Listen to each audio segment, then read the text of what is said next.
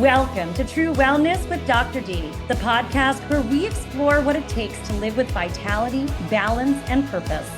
I am Dr. D, and each week I'll bring you powerful tools, inspiring stories, and expert insights to help you thrive in every area of your life. From health and wellness to mindset and navigating life's challenges, this podcast is your guide to creating a life of true well-being. Be sure to check the show notes and grab your free copy of the True Wellness Checklist so you can get started on your journey to true wellness right away. Now, let's get started. Welcome, everyone.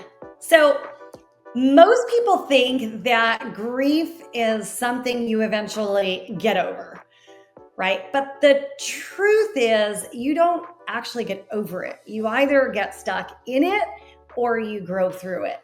And today's guest knows the truth better than most. Lisa Archer, she is an international certified and accredited life coach, a grief coach, a certified grief educator, an international speaker, an international best-selling author. She knows what she's speaking about, right? She's also the host of Because We Love, Finding Meaning After Loss podcast, where she shares her message about, that you can fully grieve and still fully live as well. So after facing profound loss herself, Lisa, she refused to let grief actually define the end of her story. And instead, she transformed her pain into purpose. And now she helps men and women do exactly that. In today's conversation, we're diving into what grief really looks like, why it's not just about death, but actually there are many different kinds of loss, and how you can begin creating a life of authenticity, passion, and hope, even when it feels like your heart's been shattered. So grief may be a lonely road, but Lisa Archer says you don't have to walk it alone, right, Lisa? Correct. Well, thank you for being here with us today. I know we've got so much to talk about, and I know a lot of our listeners, I think all of us as human beings have experienced grief, but a lot of our listeners sort of in the midlife phase are in the space where, we're losing people, we're losing parents, we're losing family members.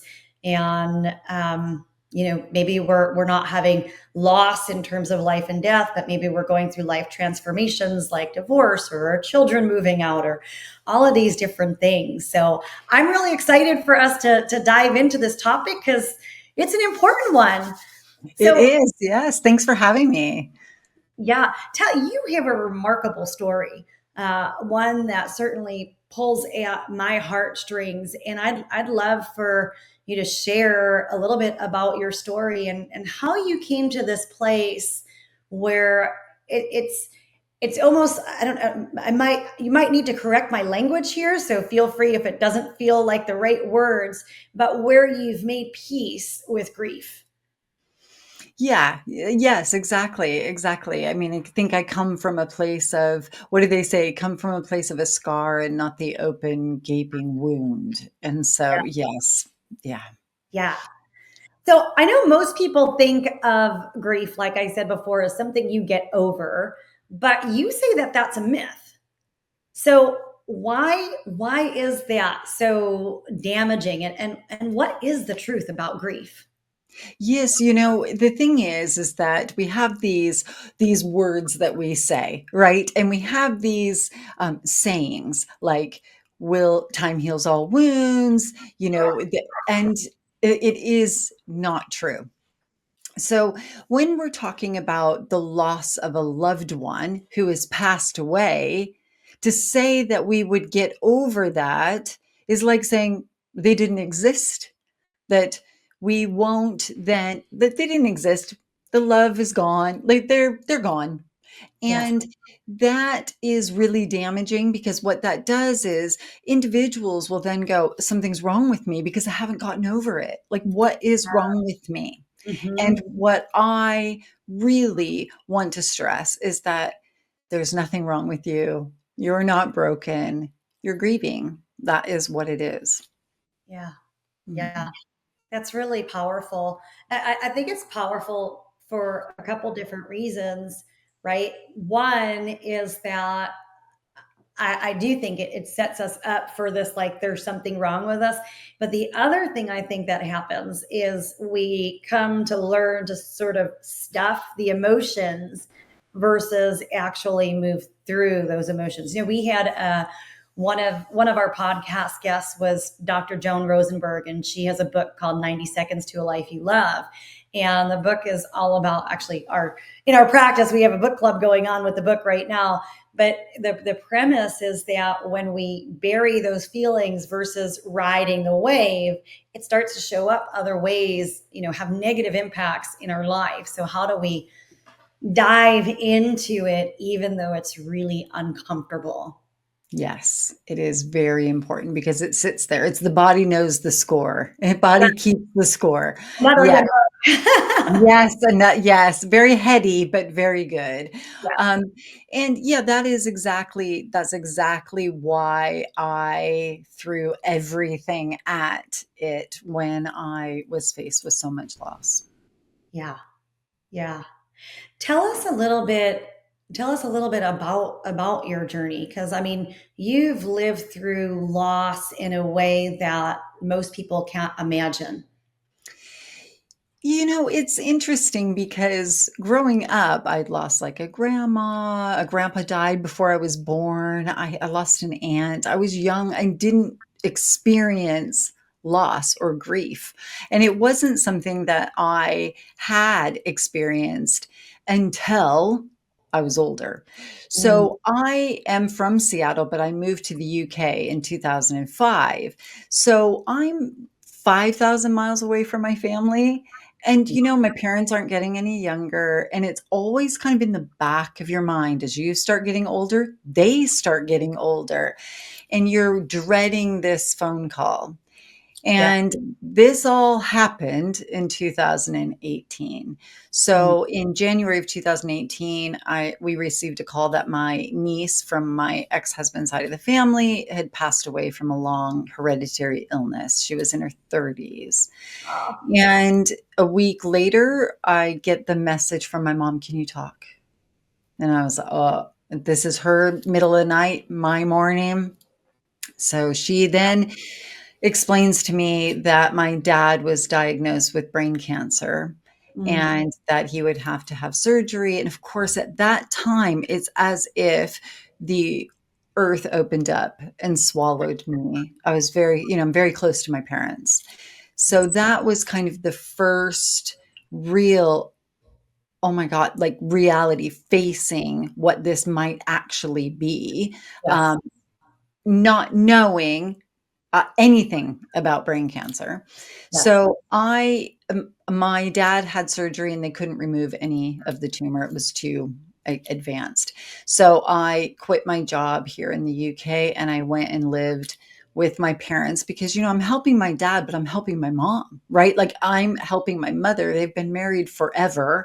yes, Um, and it was important for me to be there. And so I stayed there for 7 months until my dad passed away. And when you are grieving your own loss, you're also carrying the grief of others. So I'm carrying the grief of my daughters, carrying the grief of my mom. I'm carrying the grief of my brother, his family. Like you're carrying everybody's grief along with your own. hmm, And I then came back to the UK, and my mom came to visit several months later, which was very strange to have my mom get off the plane and not have my dad there. yeah, But we traveled and we went and did some of the things that my mom wanted to do. And I hugged my mom. She stayed for a couple months, and I hugged my mom. And 2 months later, Um, I didn't realize that that would be the last time that I would hug my mom. She wasn't answering her phone. She didn't call.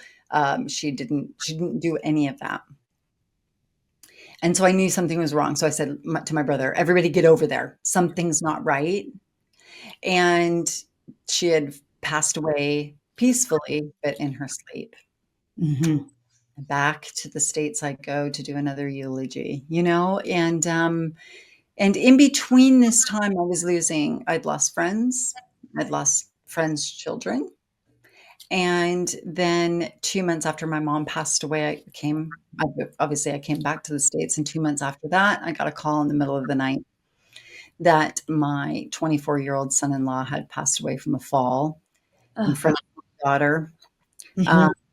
we lived 2 hours away. Get in the car in the middle of the night and go. And, by far, that was literally the most devastating. Mhm. Jack had been a part of our home since they were 16 years old and was my daughter's love of her life. And in a split second, her whole world shattered along with his family, us, all of us. And so in between 2018 and 2019, I lost 12 loved ones through, Gosh. which is a lot. Mhm. So, for me, it was about now, how do I support my daughter? What you're saying, how do I not let this sit in here to where then I have some form of autoimmune disease or something so I threw everything I could at this grief. I hired a bereavement counselor. I hired a coach. I went to Reiki. I did all the energy work. I saw a medium. Yes. I tarot cards, like you name it. I was like on Zumba. I went hiking. I was just like everything, everything I could do, everything I could think of. And people would say, well, what worked? And I was like all of it helped, all of it. Nothing was, I did everything that I could. And that's what compound grief. It's just one loss after another, after another, after another, after another. Yes. Hey, this is Dr. D. I just wanted to remind you that you can get started on your true wellness journey. Go ahead and check the show notes and grab a link to the True Wellness Checklist. Now, let's get back to the episode. What do you feel really moved the dial for you?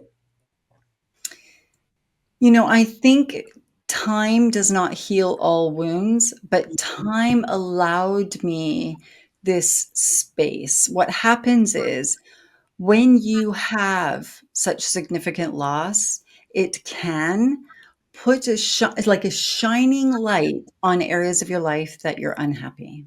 Mm, And that was my marriage. We had been married for many years, but you start going, wow, life is fragile, life is short. yeah. I'm unhappy, you're unhappy. So a year after we lost Jack is when I separated from my husband. But it really was a turning point because I went into my apartment where I'd lived on my own now. I'd never lived on my own. Yeah. And I breathed in and I breathed out, and I created this sanctuary for myself. Mm, And that could look like sitting in front of the fireplace, crying my eyes out. It could be eating chocolate and watching Netflix or taking a nap or going out and doing stuff. So for me, it was just this healing space.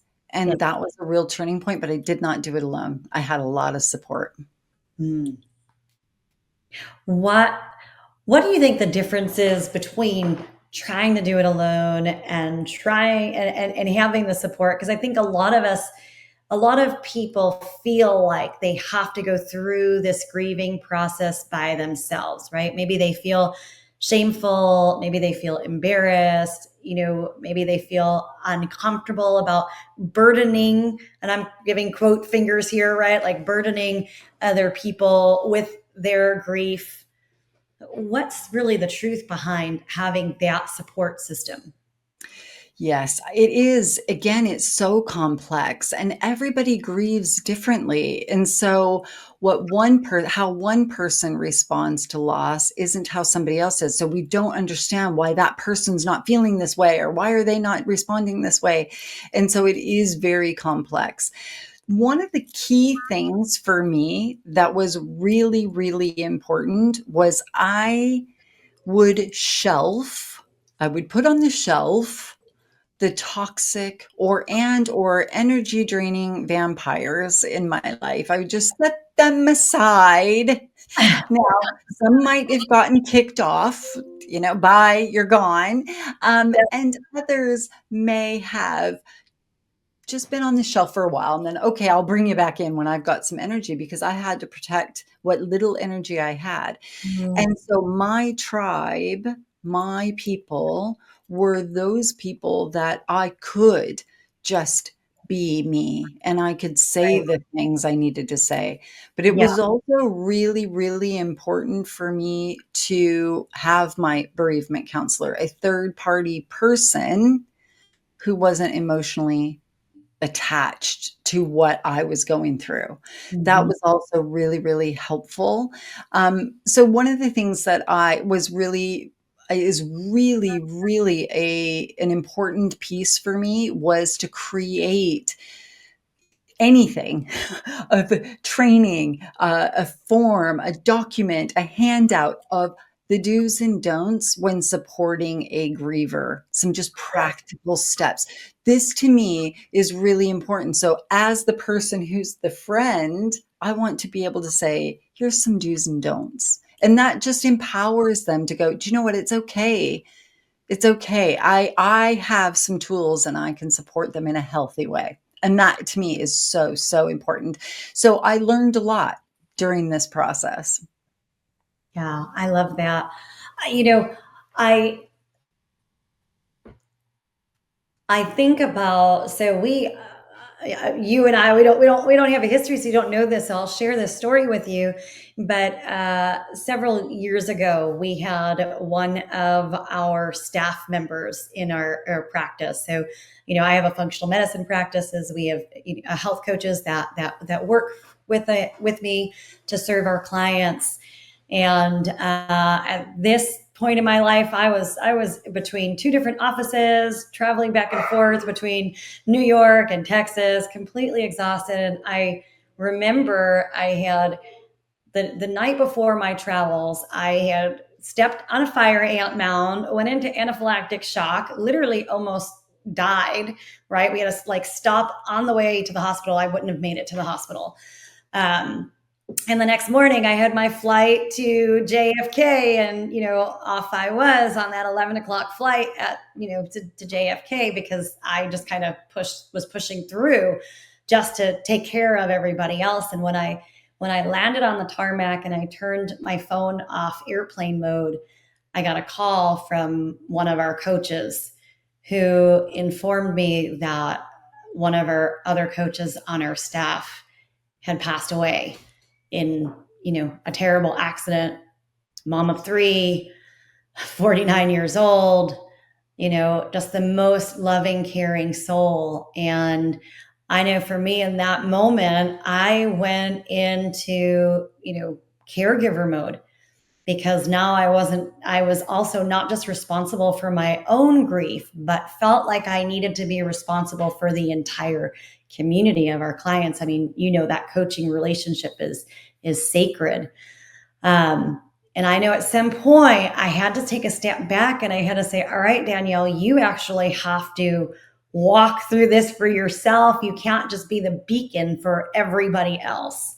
Right. So, what advice do you give to your clients or to the people in your life when they're in that space where they're holding the energy for other people? Like you said, you were doing the same for your family, and still managing and caring for themselves in their grieving process as well. Yes, yes. I mean, you've lived it, you understand it, and when you're in it, there are people who just go, I just have to do, like, I'm the doer. So what do I need to do? Action, action, action. Exactly. So there's those of us who are like, oh, we got to just action. We are action oriented. And then we're going 100 miles an hour at that wall. And what we need to do is make sure we put the brakes on before we hit that wall, because that is when we can really just go into that space that is, we don't want to get out of bed, right? Like it's really a lot of depression and anxiety. And I, one of the biggest things is we do what we have to do in that moment. Like we do. I wouldn't say to somebody, oh, well, don't, bother going over to your mom's house to care for, because of course you're going to do that. Right. But I always say to individuals, and I just had this conversation with a client today, what are you going to do after you are in that space? Like, so you're going to visit this person. Then what are you going to do for you? Right. And that is really an important question. Oh, I don't know. Okay, well, let's talk about what you now can do to get rid of, or at least release some of that pressure and tension and stress and guilt, grief and pain. And she was like, oh, I do have a CrossFit class I can go to tonight. Great, go do that. Yeah. It was just to release some of that energy. For me, the car was like a big thing. I would get in my car and I meant go to work. Don't cry on the way to work because you don't want to mess up my makeup. Yes. But on the way home, it's fair game. And so I would just, or after I left my daughter, and I would just drive home, just hysterically crying. It was just it was a place for me to do that, and I used to think when I'd see someone crying in the car, I thought, oh, what boy problems or girl problems do they have? Like what relationship problem? Now I'm like, oh my God, who died, when I see somebody crying, because I think that was me. Um, and so it is really important to have something or someone. So a therapist, a coach, a best friend, someone who is your safe haven, and or go to kickboxing like I did sometimes. It's one of those that you should be thinking, what Mhm. do I now need? That Yeah. is one of the most important questions. I used to say it to myself all the time, and I still do. What is it that I need right now? And Yeah. then sit with that and figure out what that is and then go do it. I love that. That is one question that I always tell people. So the true wellness framework, right? The T stands for tune in, to your body and your mind, like pay attention, come back to yourself. And one of the practical things that I always tell people is start your morning that way, right? Like put your hand over your heart and ask that question, like what do I need? Because we don't do that enough, especially as women. Like we're asking what does everyone else need, and then we're kind of like low man on the totem pole, so to speak, or Yes.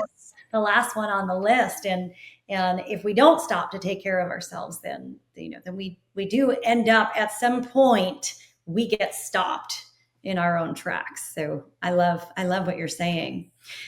Um, One of the things that I find a lot of our, unfortunately, a lot of our listeners also go through is, I'm going to call it a process of grief before, someone actually passes. So, for example, like you said, with the diagnosis of brain cancer, there was this period of time. And I know that grieving doesn't just begin at the time of passing. Sometimes it begins at that time of diagnosis, or we have clients who are watching family members struggle through what they know is their final months or their final days. And how would you suggest approaching those moments in time? I mean, you've even gone through it yourself. Yes, yes. So I have definitely lived this sudden loss, and we would call it anticipatory grief. Mhm. We know that this person is going to pass. And I always say, it isn't even just the loss of the loved one, it's hundreds of losses leading up to it. Yeah. The loss of, it could be financial loss, it could be loss of homes, it's loss of health, loss of their mental health, it could be loss of relationships. I mean, there's hundreds of losses. or they aren't who they used to be. That's a loss. Or Yeah. they used to be this strong. My dad was like a strong teamster, you know, and then he ended up not being able to get out of a chair or a bed, or he Mhm. was confused as to why he was going to the toilet in the living room because we had a toilet for him in there. You Right. know, it's like, and so you're watching this loss, and that is hundreds of losses. Mm. And that is why those signpostings, that question, what do I need right now? One of the things living in Seattle, I used to grow up and I'd go to the water. So when my brother or somebody would come, I would then go, okay, I would go to the marina and I would just sit and I would breathe and I would practice my breath. And we hold our breath, don't we? And so I would practice these things. And that was really important because as soon as you think, okay, I kind of got this, boom, something else happens. And then, oh, I don't have this. I don't have it. Oh, he's now acting this way. It's the disease. But it is a very difficult thing for anticipatory grief because we know what the end result is. Yes. Hmm. We're waiting. We're waiting. It's this waiting game. And when they do pass, you're right. We've already been grieving for quite a while. Hmm. Yeah. So just coming back to that, tuning into yourself and finding what you need, and taking care of yourself as one of those key and pivotal things. Yes, because you can't do anything about the reality of what is actually happening, right? Yeah. But you've got all the emotions that are there. The anger, this isn't fair. It's not fair. Like he's a great man, he's not old enough. Like you can rationalize all of those things and go, well, like this doesn't make sense, and I need this to make sense to Mhm. me. Um, Mhm. so you're watching your loved one who is sliding and slipping away. That is the reality. You can't change it. So I would say, like, well, what can I do then to change how I'm like sitting here or how I'm feeling, or like even just changing my state when my dad was feeling like he was okay to travel around. So I'd like get in the car, let's go to Starbucks, or like he, you know, it was, we even we drove around the neighborhood to see some of the old places we used to live just to bring back some like memories for him. And so while we were in this anticipatory grief, we were pulling out the photo albums and Mm. talking about memories. And it was, you know, and I remember that Yes. now. So it's like I'm still creating memories. So your listeners, we can create memories even in the anticipatory grief. Yeah, that's beautiful. That's a beautiful thing to be able to hold on to. Because yeah, some of us who are people who need to be in control, I wrap myself out on that one for sure. When we face these circumstances in our lives that we have no control over, literally, right? It does give us an opportunity to say, okay, well, this is the circumstances that I've been given. Now, what can I do to actually transform the way this is going to go, right? Rather than be in that constant resistance to it. Yeah, yeah, and it's a process. This isn't something where we just go, "Oh, well, you know, I'll just do this. I'll Yeah. just accept." Where we're I mean, that is not at all as simple as that. So as long as we have the support system, I think too, and just I think there's just no rules. There's literally no rules. So throw that rule book out the window. There isn't any. And so therefore, how you feel and how you process is literally how you feel and how you process. And someone who has a relationship, I was really fortunate. My brother and I say we won the parent lottery. We were very fortunate. My parents were wonderful people. And not everybody has that. So Right. there is a complexity as well to those who have a difficult relationship with their siblings or their parents or whoever that person, their partner, whoever that person may be. So if you didn't have a healthy relationship with your mom or dad, then that that is, produces a very different complex grief. Yeah. Yeah. Um, Thinking about, you know, after someone passes, so many people I find almost carry a sense of guilt maybe when they start to smile again or they start to enjoy life after loss. How do you help them reconcile actually grieving with living? Yes, it's a really good question. I say that guilt and grief are like a married couple, they go hand in hand. I mean, so many times, even if you're doing everything right, even while they're, sick, we can still carry this level of grief. After they pass and we start to kind of lift our head up and see that, oh, wait a minute, I need to brush my teeth and take a shower and go to work. Like, I need to live my life. Um, that can be a real difficulty with people. And so they can then feel very guilty for smiling again, for feeling happy. And what I tend to say is, this is David Kessler, who is like my mentor, says, you can fully live and fully grieve at the same time. Those two things actually can coexist. It's not like if you're happy or laughing and you're truly belly laughing, that somehow you're not grieving, or now you don't love your family member who died, it just isn't work that way. So those two things can coexist. And it's about then reminding them that, listen, this is the reality. Let's work through, not around and not get over. Let's work through the pain and process the loss.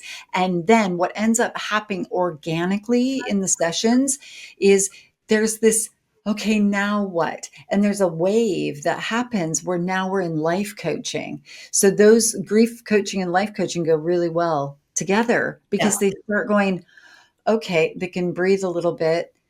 Okay, wait a minute.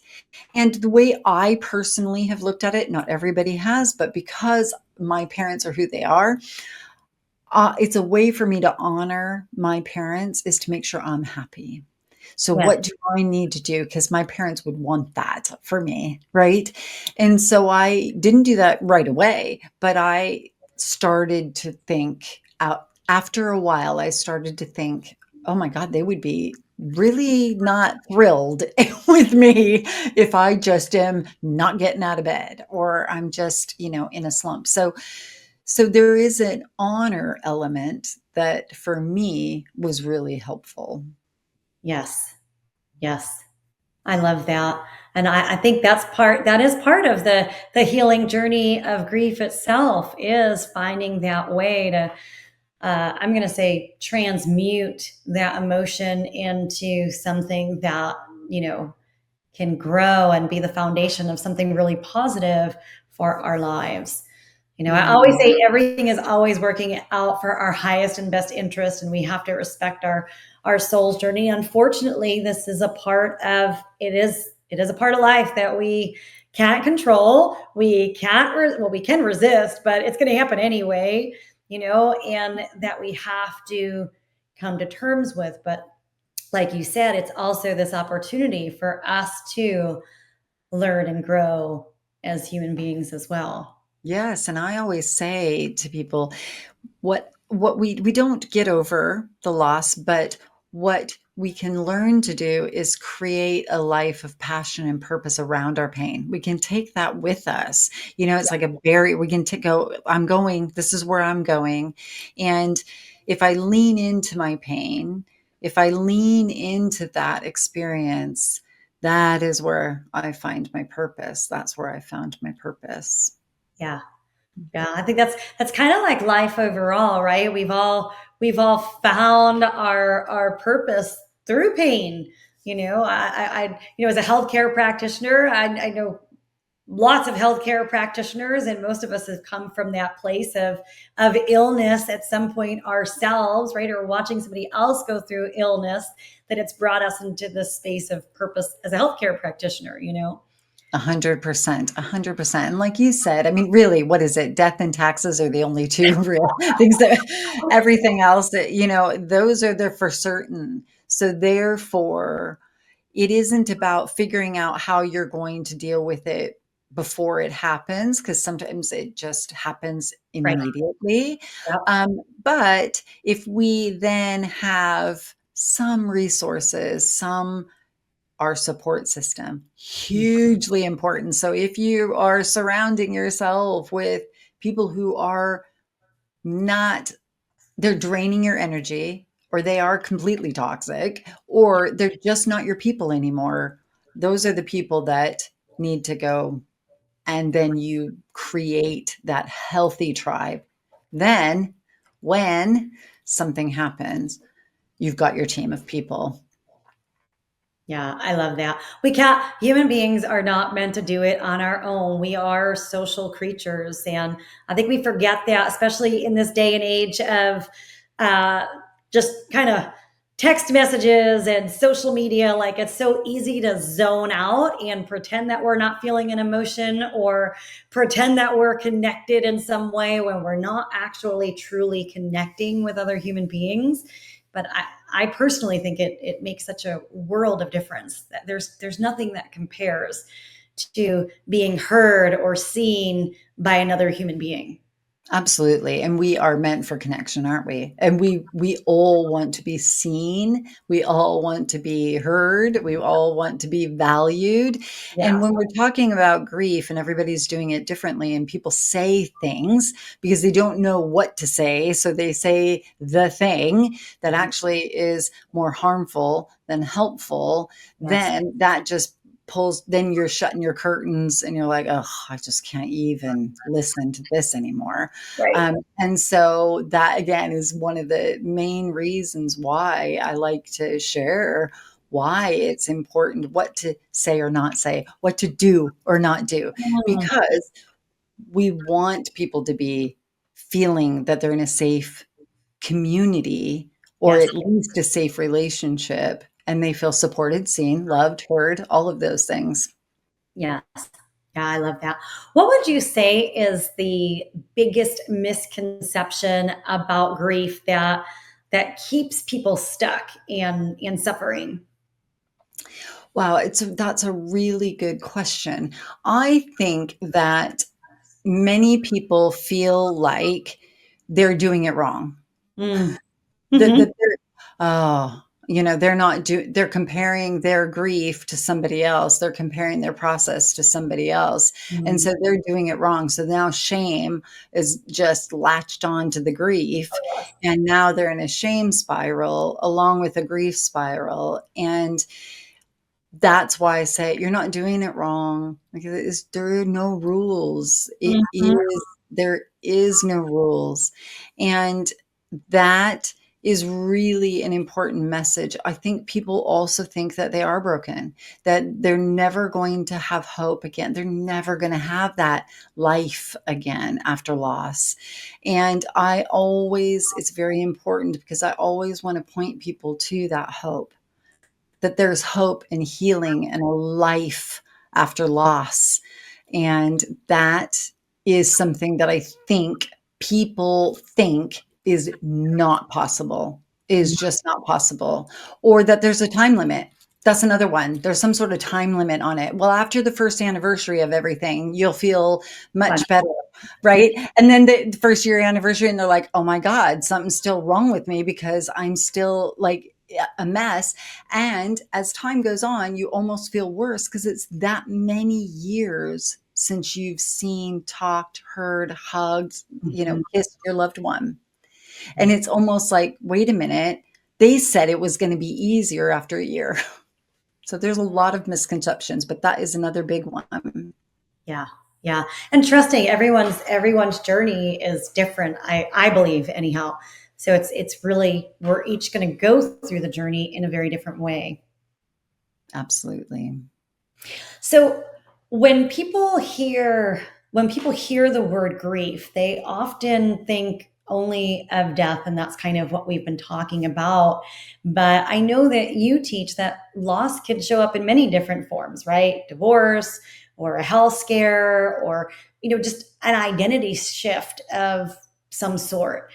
Can you unpack that a little bit so that our listeners can understand that a little more? Yes, I think it is really important that to understand that there's so many different types of loss. So when I would say to somebody, "Oh, that's grief," and then it's like, oh my, they've got now something that they can actually put a name to it, and now we can work through that Mhm. because they just thought, well, their dog died.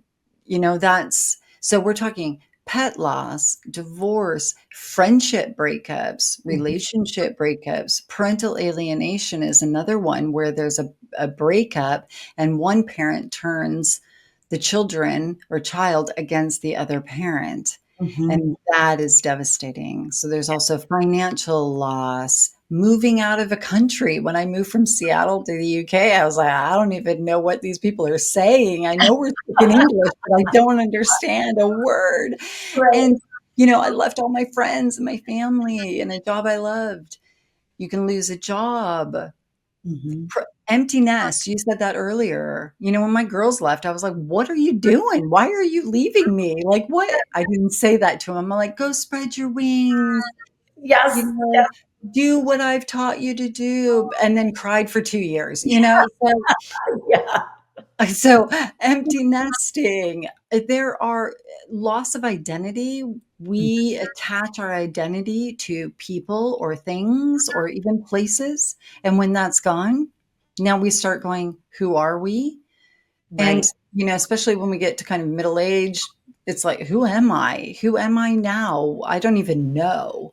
And so there's a lot of different types of loss. Those are just some of the Mhm. many Mhm. that, mental and physical health as well. So when you start to identify, "Ooh, that's a loss.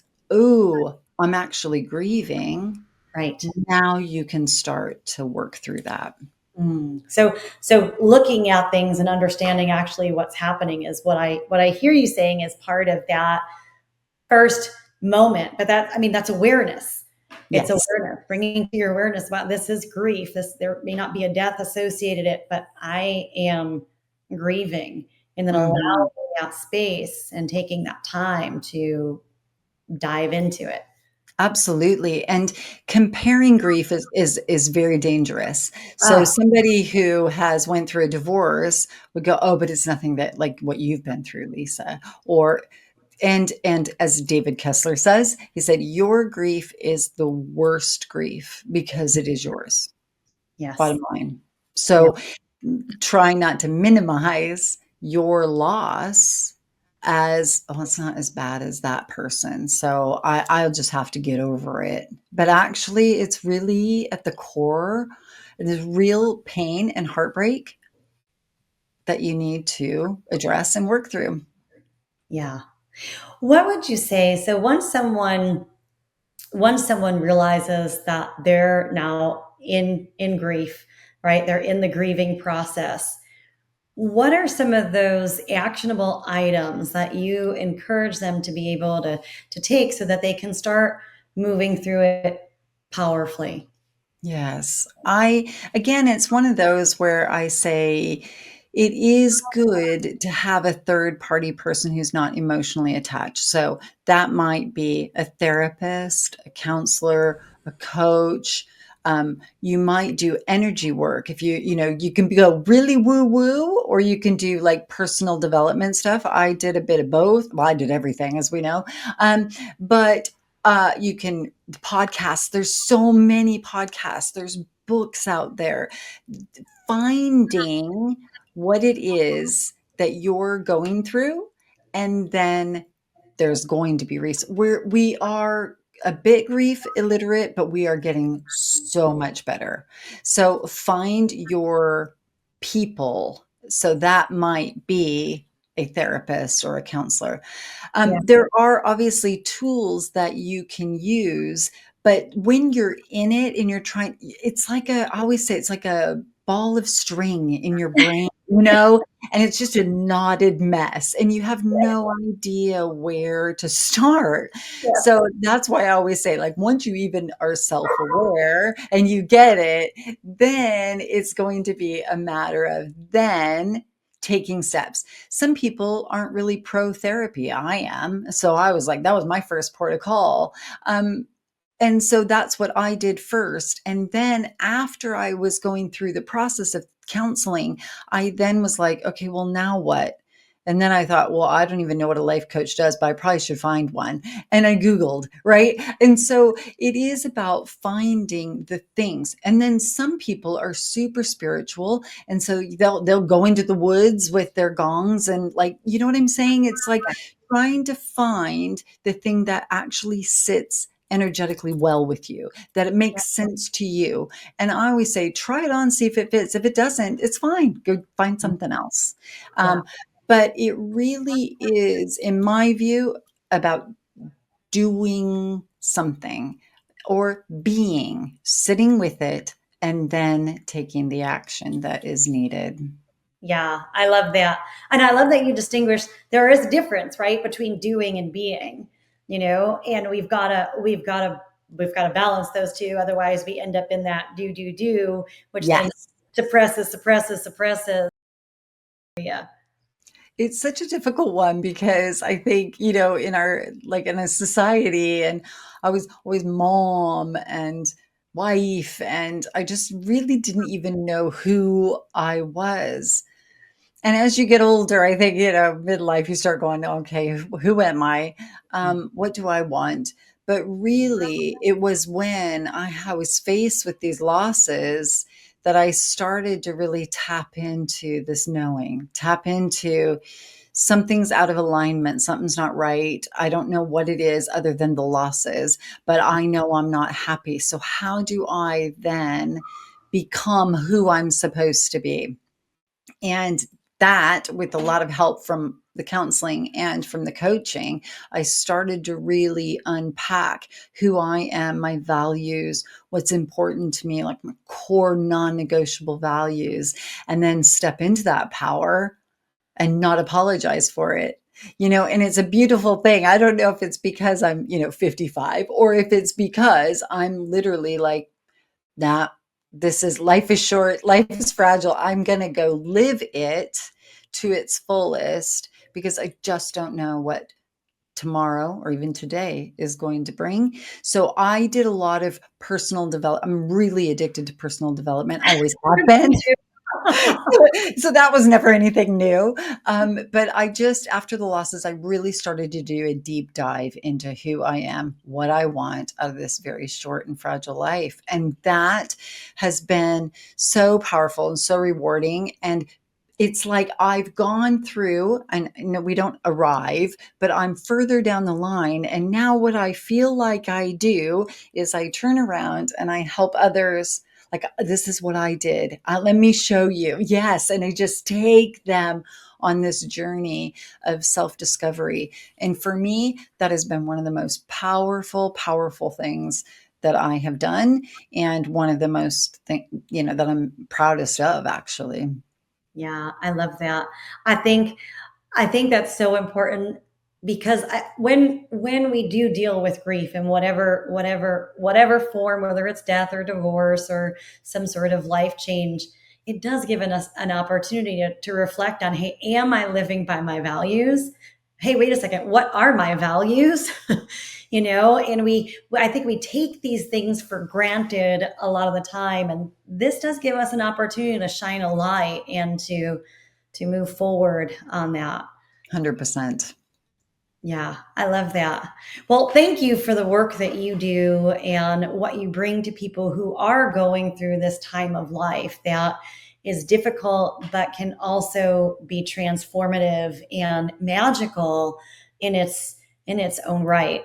So I always ask Lisa, I always ask our guests, what are the top three things that our listeners can actually begin to implement in their lives to manage their way through grief if they're going through it right now, or to prepare themselves because we know that it is an inevitable part of life. Yes, absolutely. But I think we did talk about some of them. One is your support system, right? Healthy support system. Start working on that if it has not happened yet. But make sure you have a healthy support system always around you.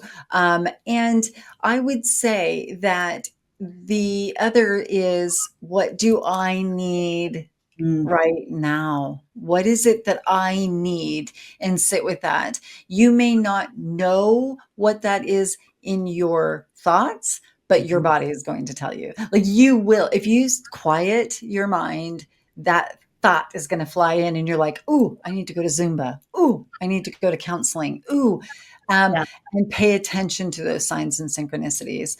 Those are yeah, really, really powerful. And then I think the other part is looking for the support that you do need. So you might have a friend who has a wonderful bereavement counselor. Take that really necessary, scary step, because working through your grief, you will get to the other side, let's say. So it isn't that you get over it, but oh my God, you can just live a life that is just so full and so passionate and so purposeful, but you have to do the work first. Unfortunately, sorry to say, there's no shortcuts. yeah. Sometimes we got to wade through the poo, right? Yeah, I remember saying to my counselor, I was like, listen, is it 2 years yet? She's like, why? I go, I don't know. I'm just thinking in 2 years down the road, it's going to be better. I don't know why, but I had to go through it. I wanted to skip over it and I couldn't. Yeah, yeah. I love that. I love that, when we come to the place where it's almost like we release the resistance to thinking it's going to be another way.